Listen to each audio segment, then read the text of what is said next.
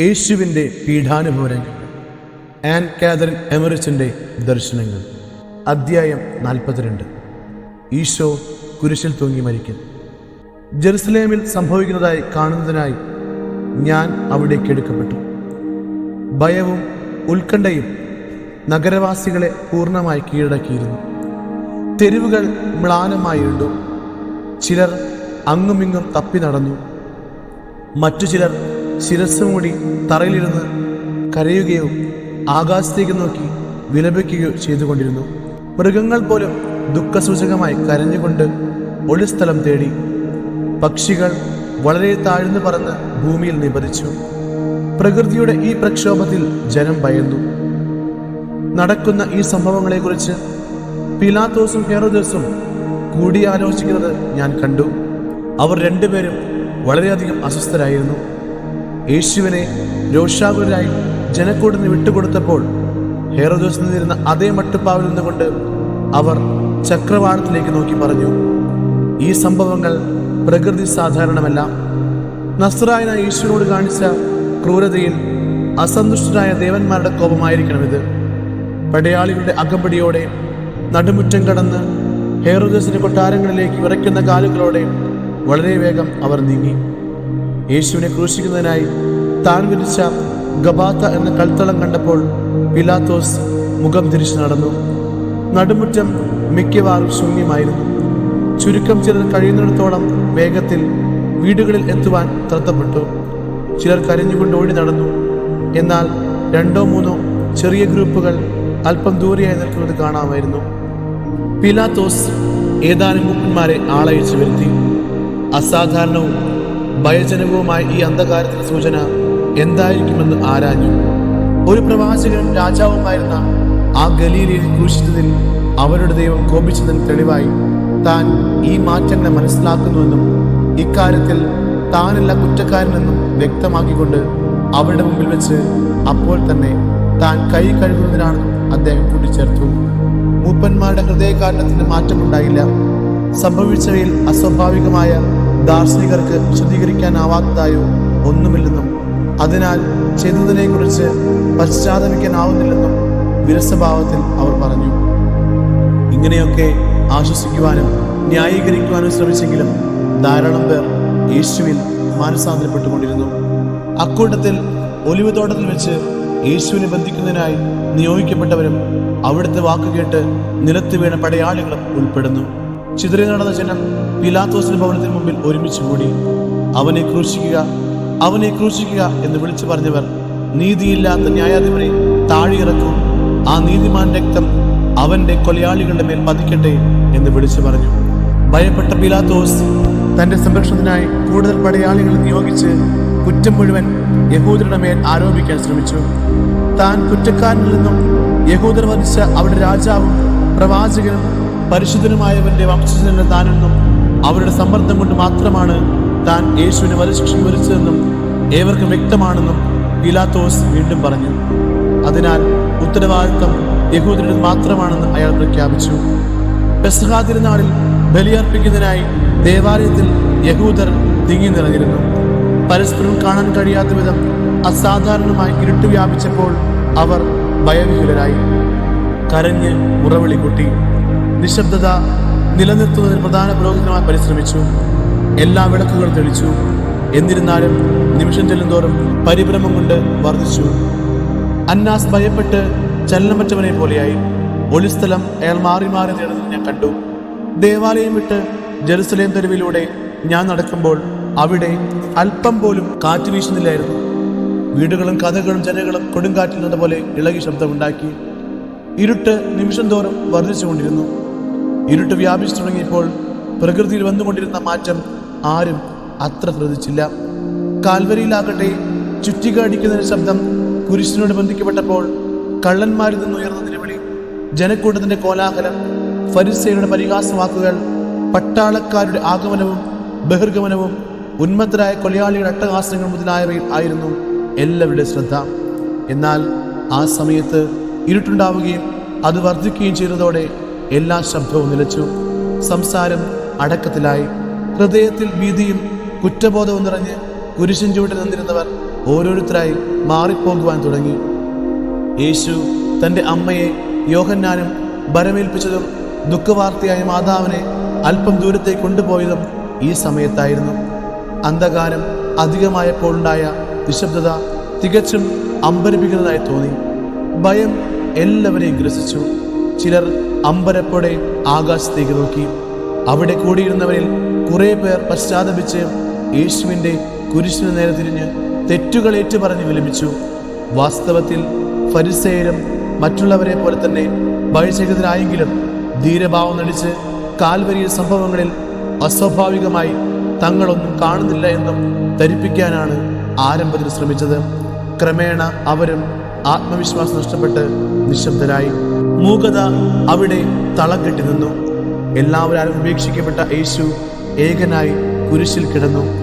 ശിഷ്യർ, അനുയായികൾ, സ്നേഹിതർ എന്നല്ല, അമ്മ പോലും അവിടുത്തെ പക്കൽ നിന്ന് അകറ്റപ്പെട്ടു. അവൻ നിന്ന് അനുഗ്രഹങ്ങൾ പ്രാപിച്ച അനേകായിരങ്ങൾ ഒരുവൻ പോലും മരണവേദനയുടെ സമയത്ത് തല്ലൊരു ആശ്വാസം നൽകാൻ അവിടെ ഉണ്ടായിരുന്നില്ല.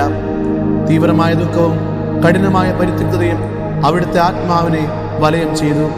എന്നിരുന്നാലും തൻ്റെ ശത്രുക്കൾക്ക് വേണ്ടി സ്വർഗീയ പിതാവിനോട് പ്രാർത്ഥിച്ചു. തൻ്റെ സഹനത്തിൻ്റെ കാസ അവിടെ രക്ഷയ്ക്കായി അർപ്പിച്ചു. പീഡാസഹന വേളയിലുടനീളം ചെയ്തിരുന്നത് പോലെ അവിടുന്ന് തുടർന്ന് പ്രാർത്ഥിച്ചുകൊണ്ടിരുന്നു.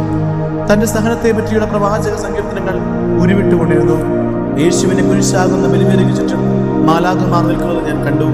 പേടിപ്പെടുത്തുന്ന ഏകാന്തതയിൽ കുരിശിൽ വേദനിച്ച് മരിച്ചുകൊണ്ടിരിക്കുന്ന പ്രിയ മണവാളനെ ഞാൻ വീണ്ടും നോക്കി. വിവരിക്കുവാൻ സാധിക്കാത്ത തീവ്രവേദന ആ നിമിഷങ്ങളിൽ അവിടുന്ന് അനുഭവിച്ചു. ദൈവികവും മാനുഷികവുമായ എല്ലാ ആശ്വാസവും നഷ്ടപ്പെട്ട് വിശ്രമമോ സഹായമോ പ്രകാശമോ കൂടാതെ വിശ്വാസം, പ്രത്യാശ, സ്നേഹം എന്നിവയിൽ നിന്ന് മാത്രം അവിടുന്ന് ശക്തി സംഭരിച്ചു. ദുഃഖദുരിതങ്ങളുടെ കൊടുങ്കാറ്റിലും വന്ന മരുഭൂമിയെ കുരിശു കടക്കാൻ നിർബന്ധിതനായ ദുർബലനും നിസ്സാരനുമായൊരു മനുഷ്യനെ മതിക്കുന്ന വേദനയാണ് ആ നിമിഷങ്ങളിൽ അവിടുന്ന് അനുഭവിച്ചത്. അവന്റെ പീഡകൾ വർണ്ണനാതീതമായിരുന്നു.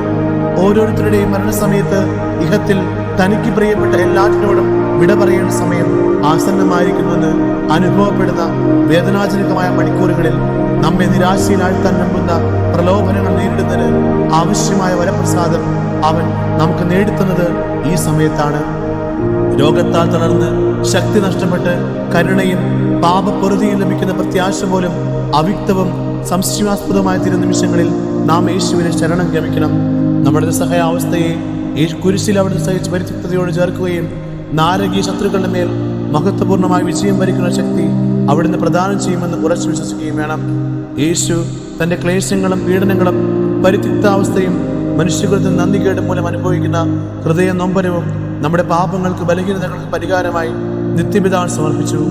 മരണം ഒരു സത്യമായിരിക്കെ ഇവിടെ നാം നേടിയതെല്ലാം വിട്ടകന്ന് എന്നേക്കുമായി ലോകത്തോട് വിട പറയേണ്ട അന്ത്യനിമിഷത്തിൽ ആശ്വാസത്തിൽ കണികയെങ്കിലും പ്രത്യാശയുടെ നേരിയ കണികയെങ്കിലും അനുഭവപ്പെടാതിരുന്നത് പോലെ യേശുവിനെ ഗമിക്കുവാൻ നിരാശപ്പെടരുത്. ഓരോ ക്രിസ്ത്യാനിയും അന്ധകാരത്തിൽ ഈ മണൽപ്പരപ്പിലേക്ക് പ്രവേശിക്കുന്നത് ഒറ്റയ്ക്കോ സംരക്ഷണം കൂടാതെയോ അല്ല എന്ന സത്യം ഓർമ്മിക്കണം. എന്തുകൊണ്ടെന്നാൽ കുരിശിൽ എല്ലാവരിലും ഉപേക്ഷിക്കപ്പെട്ട തൻ്റെ അവസ്ഥയെ ആശ്രയമില്ലായ്മയുടെ ഈ ഗർത്തത്തിലേക്ക് യേശു നിക്ഷേപിച്ചിരിക്കുന്നു. അതിനാൽ അവന് മരണവുമായി തനിയെ മല്ലടിക്കേണ്ടി വരികയോ യാതൊരു സ്വർഗീയ ആശ്വാസമില്ലാതെ നിരാശയോടെ ഈ ഭൂമിയോട് വിട പറയേണ്ടി വരികയോ ചെയ്യുകയില്ല.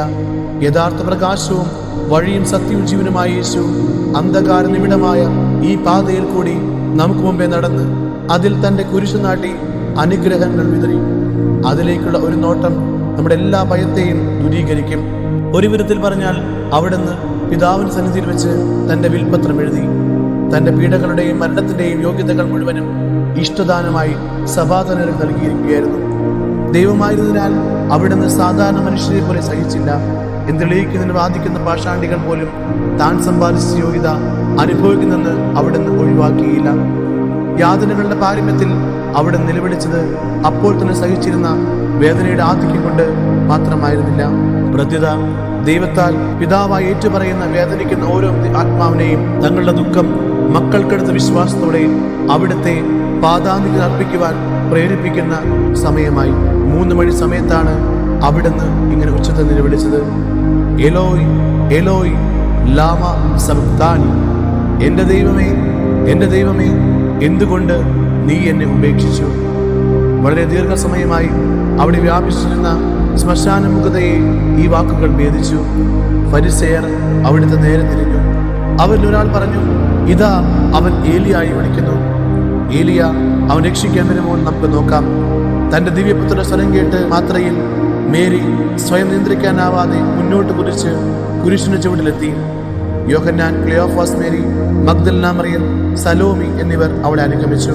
യൂദയായിൽ നിന്നും യോപ്പയുടെ പ്രാന്തപ്രദേശങ്ങളിൽ നിന്നും തിരുനാൾ ജെറുസലേമിലേക്ക് കുതിരപ്പുറത്ത് സഞ്ചരിക്കുന്ന ഏകദേശം 30 പേരടങ്ങിയ ഒരു സംഘം ഈ സമയം ആ വഴി കടന്നുപോയി.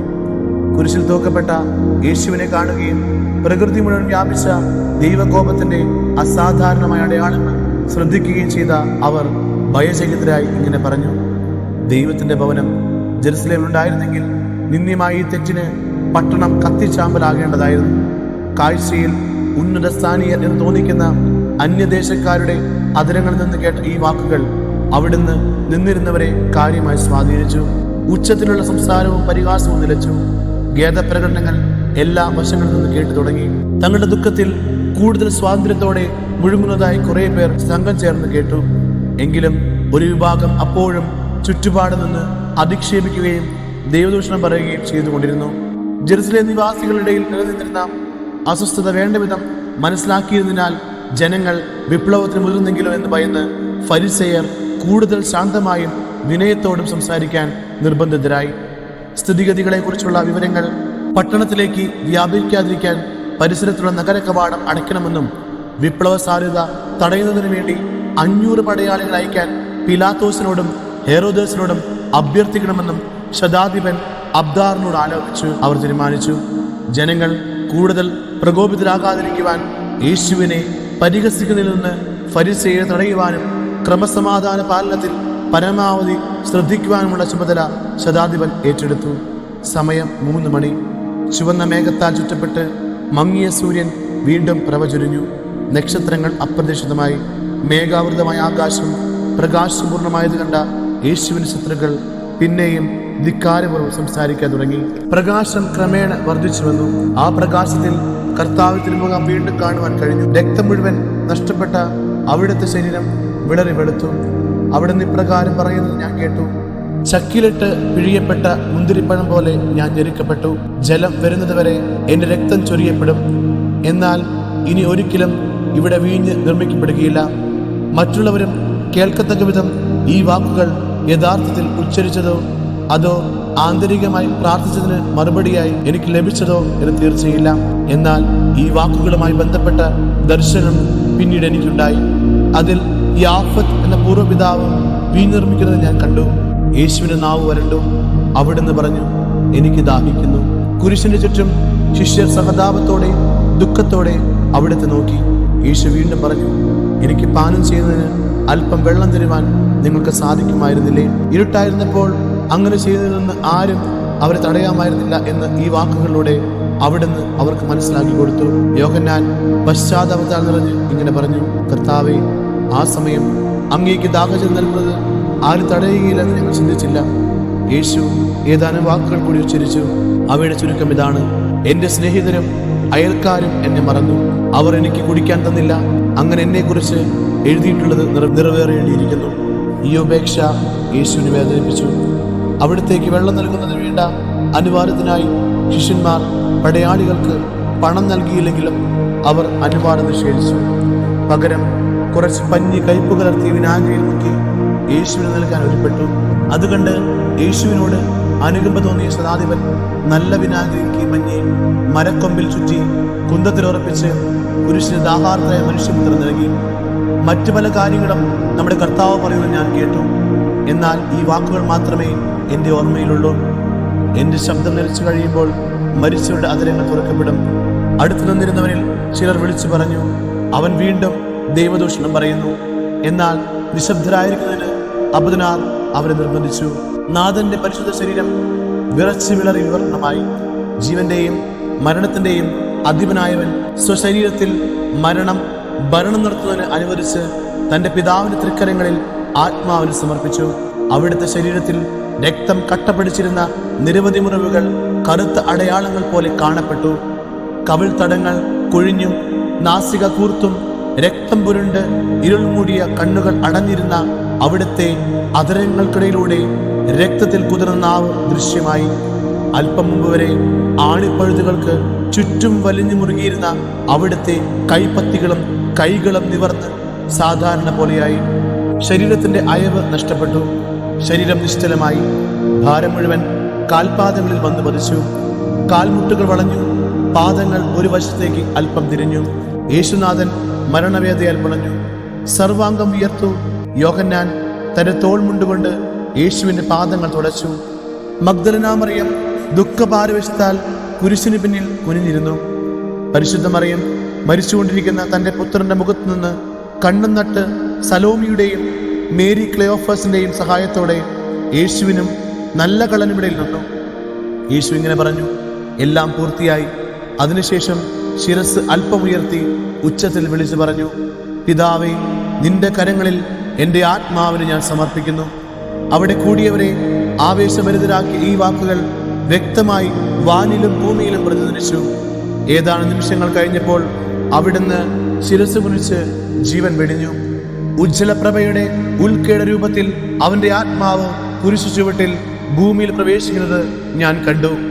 യോഹന്നാനും ഭക്തസ്ത്രീകൾ നിലത്ത് കമിഴ്ന്നു വീണു. ശതാധിപൻ അബ്നദാർ നമ്മുടെ കർത്താവിന്റെ മുഖത്ത് കണ്ണുകൾ ഉറപ്പിച്ച് സംഭവിച്ച കാര്യങ്ങളിൽ മുഴുകി സ്തംഭിച്ചു നിന്നു.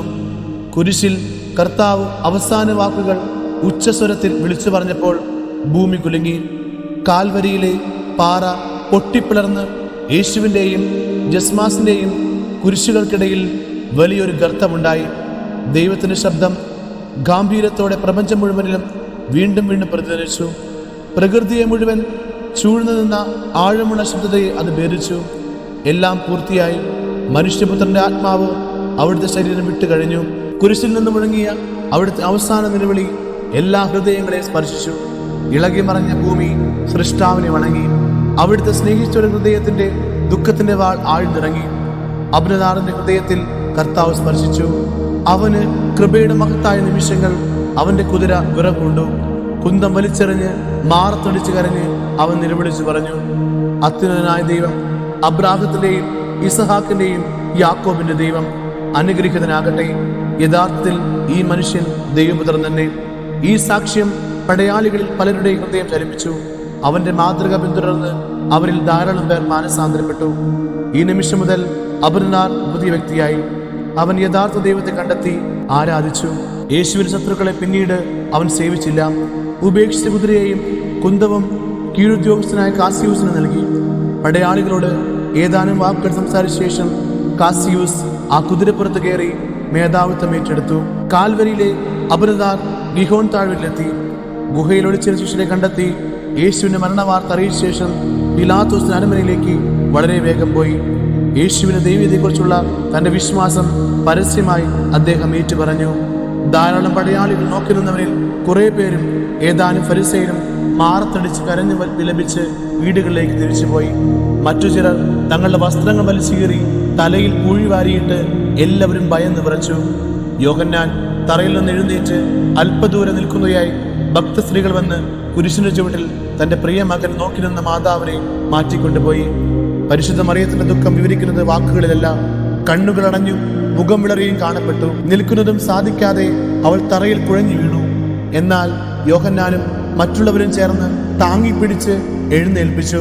തന്റെ പ്രിയപുത്രനെ അവളുടെ മാംസത്തിന്റെ മാംസവും അസ്ഥിയുടെ അസ്ഥിയും ഹൃദയത്തിന്റെ ഹൃദയവുമായവനെ നോക്കി അവൾ നിന്നു. ആരെ രക്ഷിക്കുന്നതിനായി ഭൂമിയിലേക്ക് അയക്കുന്നുവോ അവരാൽ അവഹേളിതനായി അപമാനിതനായി. രണ്ട് കള്ളന്മാരുടെ നടുവിൽ കുരിശിൽ കിടക്കുന്നവനെ അമ്മ വേദനയോട് ദർശിച്ചു. രക്തസാക്ഷികളുടെ രാജ്ഞി എന്ന മറിയത്തെ അഭിസംബോധന ചെയ്യാം. സൂര്യൻ അപ്പോഴും മേഘാവൃതമായി മങ്ങിയിരുന്നു. ഭൂകമ്പമുണ്ടായപ്പോൾ ഇരുണ്ടുമൂടി വീർപ്പുമുട്ടിയ അന്തരീക്ഷം ഇപ്പോൾ സാധാരണ നിലയിലേക്ക് വന്നുകൊണ്ടിരിക്കുകയാണ്. 3 മണി സമയത്തായിരുന്നു യേശുവിന്റെ മരണം. ഭൂകമ്പമുണ്ടായപ്പോൾ ഫരിസേയർ ആദ്യം പരിഭ്രമിച്ചെങ്കിലും ഞെട്ടൽ മാറിയതോടെ സമനില വീണ്ടെടുത്ത് കുരിശിനയിലുണ്ടായ ഗർത്തത്തിലേക്ക് കല്ലെറിയുന്നതിനും കയറുപയോഗിച്ച് അതിന്റെ ആഴം തിട്ടപ്പെടുത്തുന്നതിനും പരിശ്രമിച്ചു. ആഴം അളക്കുക സാധ്യമല്ലെന്ന് കണ്ട് പരിഹാസ്യരായ ഫരിസേയർക്ക് വീണ്ടും വിചാരമുണ്ടായി.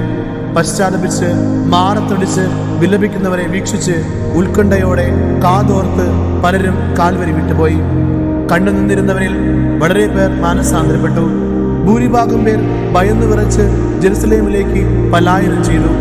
വിപ്ലവ സാധ്യത തടയുന്നതിന് പട്ടണത്തിന്റെ പ്രധാന ഭാഗങ്ങളിലും കവാടങ്ങളിലും പട്ടാളക്കാർ കാവൽ നിന്നു. ഏകദേശം 50 പട്ടാളക്കാരോടൊപ്പം കാസിയൂസ് കാൽവരിയിൽ കാവൽ നിന്നു.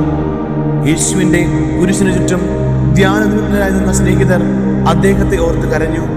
നിറഞ്ഞ ശോകത്താൽ നിശബ്ദരായി ഭക്ത സ്ത്രീകളിൽ പലരും തങ്ങളുടെ ഭവനങ്ങളിലേക്ക് പോയി.